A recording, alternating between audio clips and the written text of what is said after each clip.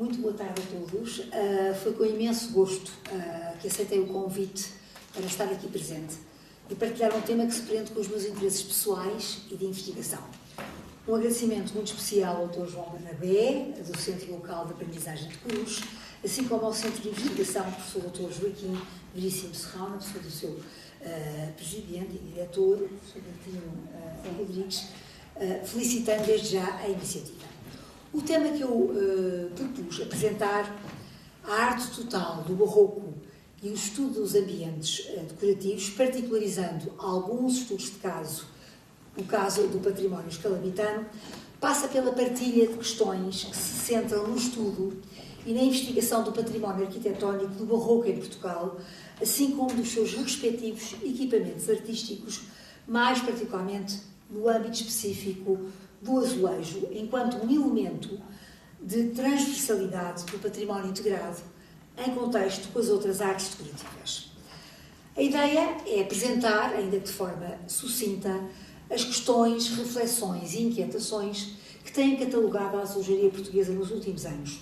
Como sabemos, uma área que tem crescido, uma área emergente no contexto das outras expressões artísticas e que conquista hoje um espaço na investigação das artes decorativas e aplicadas e no estudo do património artístico integrado. Pois são estes os temas a que me dedico e que leciono na Universidade Aberta e que trabalho com os estudantes ao nível do mestrado em Estudos de Património e do terceiro ciclo de doutoramento em História na variante Estudos Avançados do Património. Aqui, desde já, destaco a presença, e é este o exemplo, que tenho muitos estudantes espalhados em vários sítios do país e que têm dado fruto das suas investigações e, sobretudo, que têm publicado os seus trabalhos, como é o caso do Dr. António Valente, que acompanhei na sua dissertação de mestrado, já publicada e que também continua no doutoramento. E começaria exatamente pela questão que me traz aqui, que é o conceito de obra de arte total e de ambiente artístico. Esta questão é transversal ao barroco enquanto solução decorativa, é aquilo que se designa o conceito de arte total, ou também designado como belo composto, onde, num determinado espaço, todos os elementos convergem no mesmo sentido iconográfico e sensorial. O enunciado da obra de arte total, que se aplica a um envolvimento decorativo integrado e exuberante com as diferentes artes aplicadas, que combinam e interagem entre si, a talha, os embrechados, o estuque, o azulejo, a juntar a pintura, que culminam num processo criativo na designada obra de arte total e que tem normalmente a ver com o desenvolvimento de uma campanha decorativa planeada e desenhada por diferentes intervenientes, como vamos ver. Este conceito estético teve origem no romantismo alemão do século XX. O termo referia-se à conjugação musical, à conjugação da música, teatro, canto, dança e artes performativas ou plásticas numa única obra, criando uma experiência imersiva para o público.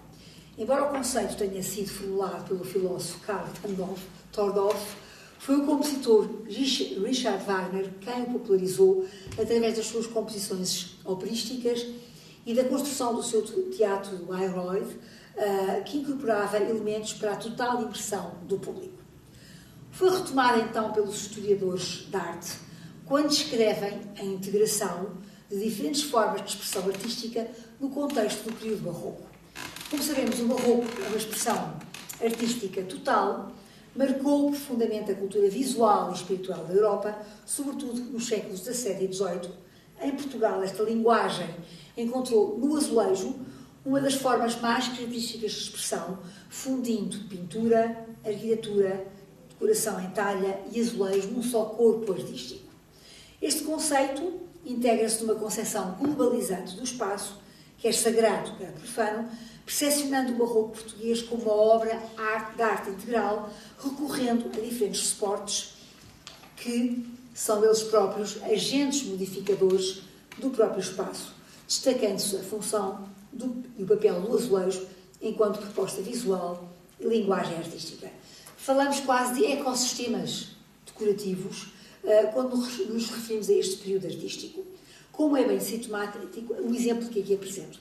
Trata-se da Igreja da Misericórdia de Évora, que tem uma série de campanhas de obras, sensivelmente do mesmo período: a Capela do Santo Cristo, cerca de 1700, o retábulo e a pintura atribuída a Francisco da Silva, situamos entre 1710 e 1714, a pintura da parte superior da nave, Francisco Lopes Mendes, 1714, e, por fim, Manuel Borges, António de Oliveira Bernardes, 1715 e 1716. Portanto, temos aqui um programa completo, integrado, com as diferentes suportes artísticos, a culminar num único espaço arquitetónico. E depois aqui também Francisco Lopes Mendes e Filipe de Santiago em 1729. Como vêem, entre 1700 e 1729, nos primeiros 20 anos do século XVIII, temos aqui uma campanha decorativa muito integrada, em que a pintura, a obra da talha e o azulejo se combinam num único espaço. Temos assim também assistido nos últimos 20 anos a um renovado interesse pelo património integrado e à divulgação de um conjunto de estudos, trabalhos e publicações sobre a azulejaria portuguesa, propondo-se cada vez mais uma releitura desta produção artística que tende a ser cada vez mais integrada e combinada com as outras artes decorativas. Daí a proposta e a designação de património integrado. Nesta minha apresentação, vou-me focar primeiro no aspecto da contextualização e enquadramento da produção artística do azulejo do período barroco e depois particularizar o património azulejar no caso de alguns ambientes decorativos aqui do património escalabitano da região. Sabemos também que o azulejo assumiu um protagonismo notável na forma como foi utilizado desde sempre em Portugal. E no contexto geográfico atlântico, sobretudo entre os séculos XVI e XVIII, e no século XIX, XX e XXI, o azulejo continua a ser um suporte artístico da maior intenção, sobretudo para artistas contemporâneos, e assimila, como sabemos, gostos, estéticas, técnicas de origem longínqua e diversas. O azulejo, não sendo português, ele não nasce em Portugal, Portugal tem sido sempre tem sido sempre apreciado e tornando como seu esta arte específica. Foi utilizado, como sabemos, com caráter monumental desde o século XVI, eu escolhi aqui alguns trechos, e muito mais entendido como um simples elemento decorativo. Ele foi modelador da arquitetura, regularizador, situando-se deste modo muito para além da sua função decorativa. Para quem estuda azulejo, não podemos esquecer a figura de João Miguel Santos Simões. E João Miguel Santos Simões tinha uma expressão muito feliz porque designava que o azulejo era um adjetivador da arquitetura, como assim designou. Animou os espaços públicos, os espaços privados, revestindo interiores e exteriores com uma notável capacidade de adaptação ao gosto e às solicitações de cada época. A figura central de João Miguel dos Santos Simões procurou lançar as bases sólidas de uma historiografia da especialidade. Quem trabalha azulejo não lhe é indiferente as leituras e toda a obra de João Miguel Santos Simões. O próprio autor acreditava que os azulejos constituíam um caso exemplar entre os materiais cerâmicos culturais e empenhou-se numa tarefa ciclópica. Foi a tentativa de realização, entre os anos 60 e 70, de um inventário sistemático e abrangente, em termos geográficos, da azulejaria com diferentes cronologias e tipologias. Propôs, assim, visitar o país todo, registando em fichas os seus apontamentos, e nós estamos aqui a ver algumas que eu retirei só para a zona do Santarém, sobre os núcleos azulejados que visitava.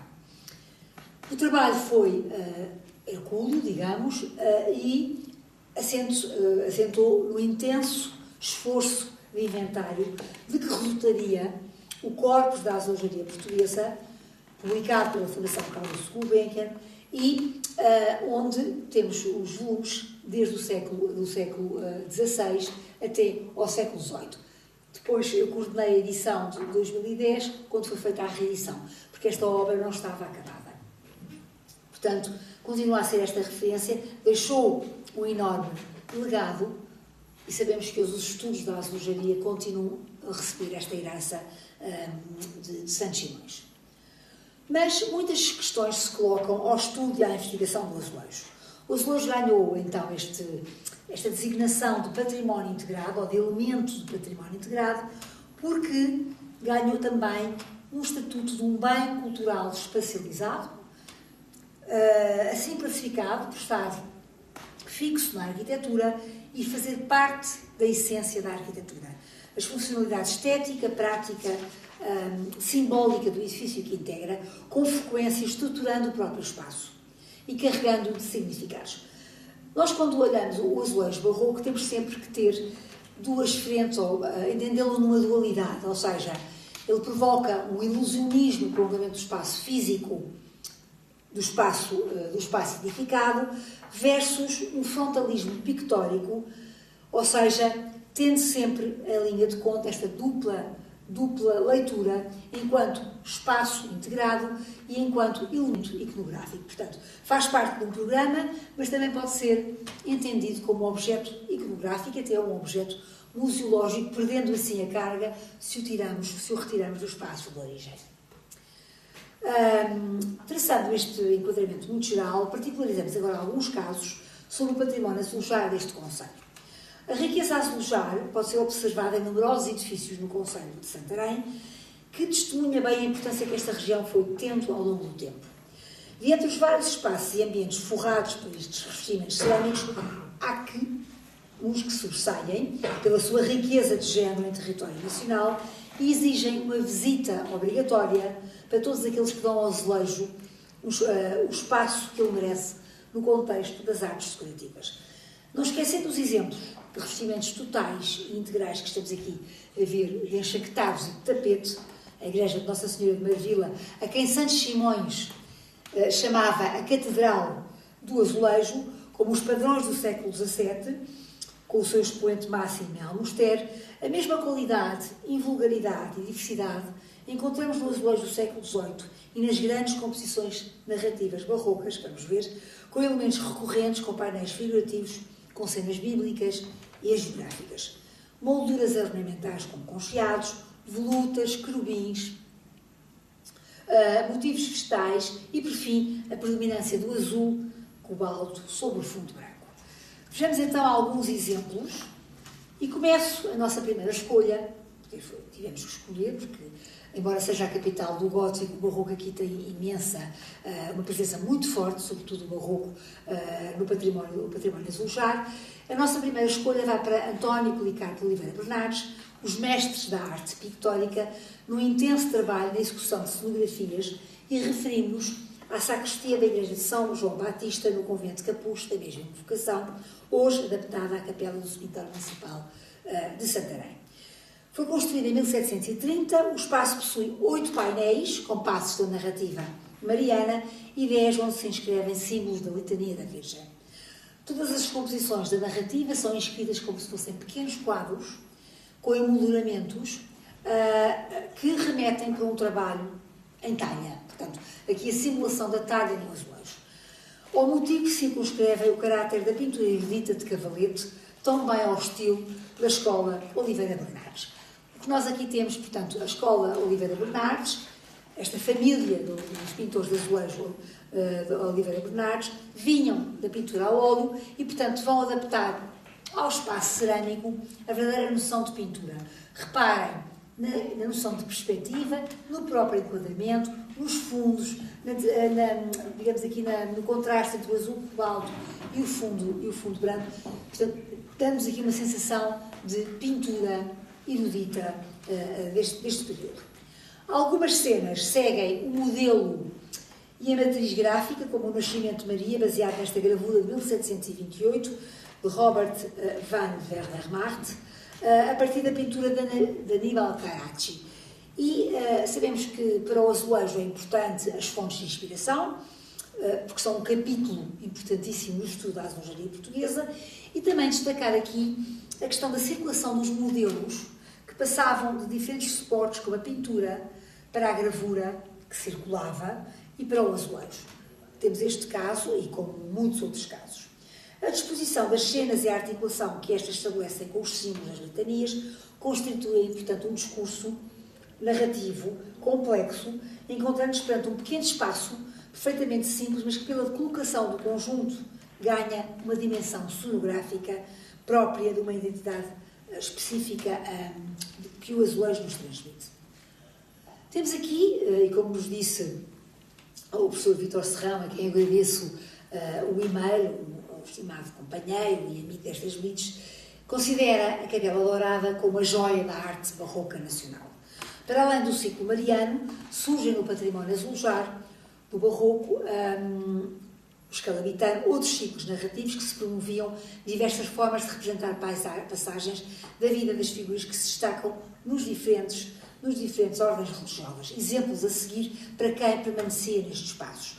Um dos mais notáveis é esta figura de São Francisco, aqui narrada, que se encontra na designada Capela Dourada, capela da Venerável Ordem Terceira de São Francisco, anexa à igreja do convento de Nossa Senhora de Jesus do Sítio, são atribuídos ao pintor de Lisboa, Manuel dos Santos, datados de 1717, e como sabemos este espaço sofreu recentemente, é visitável hoje, um notável restauro. Concebida à semelhança de grandes tapeçarias, encontramos 6 painéis, onde São Francisco é o protagonista, a revestir 4 paredes estreitas que dividem este espaço. Interessante observar também, a delimitação da cercadura em azulejaria, muito semelhante, reparem, ao ornamento da talha, procurando unificar todo o espaço arquitetónico e pontuando a ideia de uma narrativa visual articulada, muito especificamente com a talha, podendo mesmo falar-se de contaminações artísticas e elementos decorativos que se repetem nos dois suportes. É, de facto, o barroco e a presença destes elementos como agentes modificadores do espaço, um dos passos mais significativos da obra de arte total do barroco. Outro dos casos, também aqui, onde São Francisco de Assis marca a presença, na igreja de São Domingos de Valfigueira, o espaço é notório a existência de diferentes tipos de painéis com autores e épocas diversas. Concentramos aqui no núcleo mais consistente, onde apresentam 2 painéis de maior dimensão, geminados ou alados, um de menor tamanho, colocado sobre silhares baixos, com representações de paisagem de pintura mais ingênua, e depois estes 2, centrados na Capela Mor, que é o Abraço de São Francisco e São Domingos. Isto já é um testemunho apócrifo, e situa-se do lado do Evangelho e que se torna um bocadinho a leitura e a chave iconográfica deste espaço. A outra cena, em face oposta, é a glorificação de 2 santos que, ajoelhados, como temos ali referidos, ladeiam uma urba, a representação da terra, e contemplam a Virgem. Muito provavelmente numa interpretação da gravura de Teodoro Regal, que é a vida de São Domingos, de São Domingos, datada, portanto, publicada em Antuérpia. Mais uma vez, a gravura a dar-nos um modo como fonte de inspiração para o azulejo. Outra importante obra, e que também o João Vitor Serrão já se referiu no seu e-mail, dentre os conjuntos figurativos setecentistas que se podem encontrar ainda aplicados em espaços religiosos, destacamos este extraordinário núcleo da Casa da Irmandade da Igreja de Santa Cruz, na Ribeira de Santarém, datado de 1723, recentemente atribuído ao mestre PMP. Trata-se então deste complexo e erudito programa que envolve a passagem de diferentes livros do Antigo Testamento, do Cântico dos Cânticos e do Salmo, baseado na obra Pia Desiderio, uma obra jesuíta, datada de 1624. Esta Casa da Irmandade da Igreja de Santa Cruz, na Ribeira de Santarém, é um testemunho importantíssimo também do conceito de obra de arte total. Reparem aqui as figuras, as cenas se sucedem como breves quadros. Temos 2 andares de leitura, o superior e o inferior, separados por estas digamos, colunas em que anjos atlantes seguram as bases das colunas. E em cima um programa também de uma pintura de quadratura atribuída ao Simões Ribeiro, muito interessante para se ver esta complexidade deste discurso. A gramática ornamental aqui neste espaço é bastante festiva, onde é evidente a qualidade destes revestimentos. Temos assim o edifício de planimetria gótica, com uma capela adoçada e com um esplendoroso interior barroco. E, portanto, a Capela Dourada e esta Casa da Irmandade são dois exemplos esplendorosos da obra de arte total em Santarém. O último exemplo, e fora do contexto da representação religiosa, é um núcleo muito importante no concelho, que se encontra no antigo Colégio da Companhia de Jesus, depois seminário, hoje Casa Episcopal e Sé. Temos o átrio, temos a escadaria e temos um longo corredor, o corredor designado Nossa Senhora da Conceição, num programa datado de 1740, 1760, numa multiplicidade de cenas do cotidiano. Não estando perante um programa iconográfico jesuítico, portanto, não há aqui a intensidade religiosa, constatamos que este imenso núcleo joanino, atribuído ao pintor Sebastião de Almeida, e é um pintor com uma vastíssima obra de norte a sul, de Valentim de Almeida, filho de Sebastião de Almeida, peço desculpa, ele é Valentim de Almeida, e o que nós temos aqui, encontramos uma maior relevância neste espaço como um verdadeiro âmbito nacional. Na portaria, e vamos aqui agora só evidenciar alguns trechos, na portaria, o espaço que dá acesso à escadaria, agora há pouco fui rever novamente, revisitamos um conjunto de painéis profanos do século XVIII, exibindo pilastras, como veem, portanto, entablamentos datados dos anos 20 do século XVIII, atribuídos já uma gramática ornamental pré-rococó. Reparem as figuras dos querubins aladas que sustentam estas volutas tão ao gosto joanino.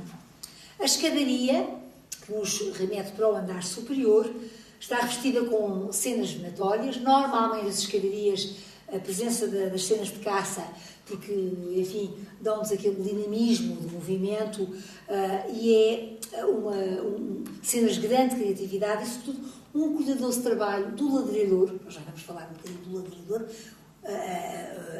o interface entre o pintor de azulejo e aquele que coloca o azulejo, portanto, a grande mestria de ser uma escada inclinada e, portanto, ter que cortar os azulejos oblíquos para dar esta sensação de movimento. E peço desculpa, este grandioso e majestoso átrio é um corredor, é um documento visual importantíssimo, plástico, extensíssimo e que é, de facto, esmagador aos nossos olhares contemporâneos por causa da imensa escala. Este corredor de falsas abóbadas apresenta-nos um elenco de temas de cotidiano, onde não há uma cena igual, uma campanha muito individualizada e onde o azulejo irá aproveitar aqui esta capacidade de vibração lumínica, assumindo-se como um veículo transmissor da representação mundana do universo social. E o que é importante aqui destacar é que são cenas de cotidiano num espaço religioso, e há aqui este confronto entre a vida terrena e um culto divino, e portanto temos que dosear e perceber que são cenas que nos remetem para o ensinamento da vida cotidiana, mas que também que nos podem confrontar com o ambiente divino. E estão muito bem marcadas, eu trago-vos aqui algumas cenas marítimas. Nós aqui temos o cotidiano, é aqui apresentado como um espaço, simultaneamente objeto de representação. Elas são dispostas sem nenhum sentido determinado, mas elas multiplicam-se e sucedem-se em exemplos de narrativas, quer monocénicas, de uma só cena, quer policénicas, de várias cenas, que se desdobram e que se esgotam. Por exemplo, embarcações, pontes, riachos, chegadas e partidas de bergantins, galeotes, povoam o universo, portanto, cenas marítimas temos aqui várias. Temos as cenas de caça, novamente, que são os temas mais abundantemente representados neste corredor. É interessante perceber, e até a maneira de ver este corredor é filmá-lo, porque ele é um corredor imenso, onde as cenas se sucedem, e é muito interessante ver a captação deste movimento. As arquiteturas imaginadas, reparem aqui, palácios, lógias. O pintor recria ambientes entre a ficção e a realidade, colando, justapondo, acrescentando outros elementos deste universo gráfico. Obviamente que tudo tem o fundo e tudo tem uma base nas fontes de inspiração, que são as gravuras, onde a mestria e a criatividade do pintor de azulejo vai recriando todas estas cenas.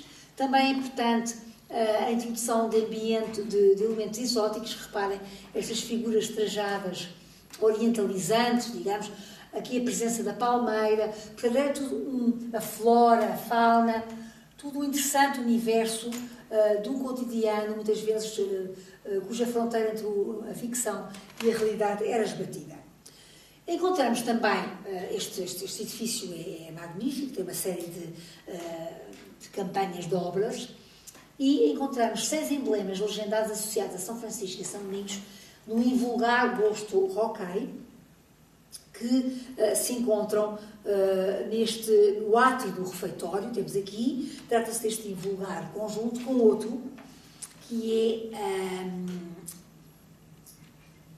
com elementos de composições que simulam um bocadinho a cantaria. Reparem, aqui as 6 litanias da Virgem associadas à Virgem ao Rosário, que temos também com as inscrições. Eu estudei este programa decorativo, está num capítulo do livro ali do Museu do Suzano, onde eu fiz um capítulo sobre tudo isto, onde posso depois também dar esta referência bibliográfica. A Sala de Atos, já um bocadinho mais tardia, construída à semelhança de outras salas de colégios da Companhia. Évora nós temos assim, temos a mesma tipologia arquitetónica, dependências. Funcionou aqui o Liceu de Santarém, como nós sabemos, e encontramos já silhares atribuídos à produção da Fábrica do Rato, neoclássicos, muito distantes já do universo barroco, onde estes medalhões se sucedem em elementos já mais gráficos, florões, festões, uma gramática decorativa muito diversa. Também já do período neoclássico, eu queria acabar aqui já introduzindo um bocadinho do neoclassicismo, a Igreja da Misericórdia em Santarém e a Igreja de Santa Maria da Alcáçova, com composições que simulam, lá está, a cantaria e o medalhão inscrito no espaço e no silhar. 6 obras da Misericórdia, o contraste já, a introdução da cor, o verde e o amarelo que marcam este período. Mas temos agora, só para sintetizar, pelos estudos que referimos e retomando a questão inicial sobre os ambientes decorativos, uma vez mais, sobre a obra da azulejaria, o que envolve os seus diferentes intervenientes, os diferentes momentos deste processo criativo, colocam-nos também algumas perguntas e alguns problemas. Ou seja, uma obra de arte total necessita de um programa total. Como é que na prática era conduzida esta articulação entre as várias artes num programa de arte total? O programa iconográfico articula-se com as diversas artes. Estas são algumas questões que são levantadas. Mas também temos alguns problemas, que não se conhece nenhum desenho para uma campanha decorativa com a integração das diversas artes, azulejo, talha dourada, pintura mural. Mesmo a questão do que vos trouxe aqui da campanha decorativa de São Tiago em Évora ou da Misericórdia, não temos um programa escrito, delineado e, sobretudo, desenhado. Não se conhece nenhum programa iconográfico materializado, sobretudo, em texto ou desenho. Obviamente que há uma campanha decorativa, faseada, mas há uma ausência de comentários críticos coevos sobre a azulejaria e sobre os pintores de azulejos. Portanto, estas questões e estas perguntas são perguntas que se ficam um bocadinho em aberto para quem trabalha o azulejo. Compreender a complexidade da organização de uma campanha decorativa em azulejo do século XVIII são hoje as questões centrais no estudo e na investigação do património integrado. Como se organizava uma campanha decorativa com azulejos? Alguns problemas de análise, o modelo de estrutura da encomenda de azulejos, o mecenas, quem encomendava, quem era o arquiteto, quem era o mestre gravador, o pintor de azulejo, o mestre e o aleiro. Isto requer ainda muito trabalho de arquivo, um desbravar imenso, porque não há, de facto, não vão aparecendo documentos únicos que nos dizem, de facto, quem é, como é que se organizava toda esta campanha e toda esta decoração integrada. Os protagonistas, nós sabemos que o processo artístico do azulejo começa pelos oleiros, pelos pintores de azulejo, o ladrilhador, aquele que aplica o azulejo, o arquiteto, normalmente aquele que coordena a obra, o escultor, que também da talha, o entalhador e, por fim, toda esta organização do complexo, do programa total, aquilo que eu designo como obra de arte total. A autoria múltipla, muitas vezes anónima, não conhecemos o mestre PMP, a Escola Oliveira Bernardes, ou os pintores, mas, por vezes, os pintores do século XVIII não assinam a sua pintura. A adaptação dos azulejos à arquitetura, o domínio da tecnologia dos materiais cerâmicos, o discurso iconográfico e o programa decorativo originais são o resultado da colaboração dos diversos intervenientes. A obra de arte única para um determinado lugar e tempo, os azulejos articulam um programa decorativo com uma narrativa de imagens, criando uma obra específica para um determinado lugar. A produção de azulejos integra um conjunto de ideias presentes na produção intelectual e artística de Portugal. Portanto, eu queria agora, em jeito de síntese e de reflexão, de conclusão, isto é um programa, enfim, são questões que vos trouxe muito em aberto e que necessitam de um constante aprofundamento e de investigação. A paisagem cultural de Santarém encontra no azulejo um elemento fundamental de construção identitária, revelando um conjunto de exemplares que cobrem momentos mais significativos da história da azulejaria portuguesa. O azulejo nesta região demonstra de forma invulgar uma das mais destacadas características de expressão artística nacional, a sua articulação com o espaço envolvente e a capacidade de diálogo que se estabelece com as outras artes decorativas e assim esta estreita ligação com a arquitetura. O azulejo barroco, o barroco azulejado calabitano, que trouxe aqui também imagens de períodos anteriores, representa um dos monumentos mais ricos da arte portuguesa, não apenas pela beleza formal, mas pela forma como articula linguagens artísticas numa única visão simultaneamente espiritual e decorativa. Ao estudarmos estes ambientes, compreendemos não só a estética barroca, mas também as estratégias visuais que a Igreja e a sociedade portuguesa do antigo regime impunham, ou se recorriam. Os exemplos encontrados em Santarém confirmam a importância do azulejo como protagonista da arte total barroca e como um elemento fundamental da identidade visual portuguesa. Muito obrigada.